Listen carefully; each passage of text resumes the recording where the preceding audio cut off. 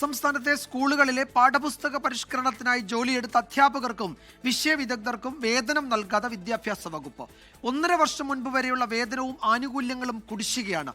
പ്രത്യക്ഷ സമരത്തിലേക്ക് കടക്കാൻ ഒരുങ്ങുകയാണ് പാഠപുസ്തകത്തിനായി ജോലി ചെയ്ത 800-ലധികം വരുന്ന അക്കാദമിക് വിദഗ്ധർ. വിദ്യാഭ്യാസ വകുപ്പ് സമയബന്ധിതമായും മികച്ച രീതിയിലും പൂർത്തിയാക്കിയതാണ് ഇത്തവണ കരിക്കുലം പരിഷ്കരണം. 2023 ഓഗസ്റ്റ് മുതൽ 2025 ജൂൺ മാസം വരെ നീണ്ടുനിന്ന ക്യാമ്പിലൂടെയാണ് ഇത് പൂർത്തിയാക്കിയത്. 800-ലധികം അധ്യാപകരും വിഷയ വിദഗ്ധരും കരിക്കുലം പരിഷ്കരണത്തിന്റെ ഭാഗമായിരുന്നു. പക്ഷേ പകുതി കാലയളവിലെ പോലും വേതനം ഇവർക്ക് ലഭിച്ചിട്ടില്ല. പലതവണ അപേക്ഷകൾ നൽകിയെങ്കിലും SCERT പരിഗണിച്ചില്ലെന്നാണ് പരാതി.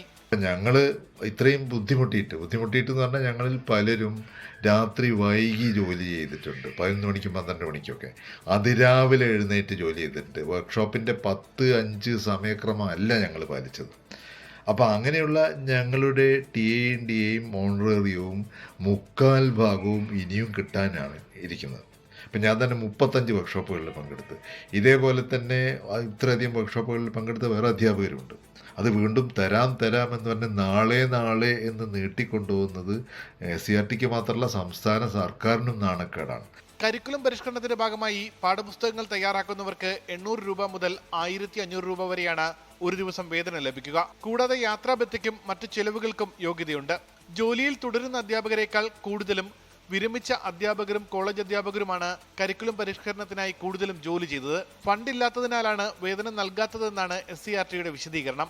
ഫണ്ട് ലഭിക്കുന്നവർക്ക് വേഗത്തിൽ കുടിശ്ശിക തീർക്കുമെന്നും SCERT ഡയറക്ടർ അറിയിച്ചു. ഉമേഷ് ബാലകൃഷ്ണൻ, 24, തിരുവനന്തപുരം. ലോകത്തെവിടെയായാലും ഏത് സമയത്തും 24 വാർത്തകളും ഓഗ്മെന്റഡ് റിയാലിറ്റി പാക്കേജുകളും എക്സ്പ്ലെയിനറുകളും വിശദമായി കാണാൻ ഞങ്ങളുടെ YouTube ചാനൽ നിങ്ങൾക്ക് സബ്സ്ക്രൈബ് ചെയ്യാം.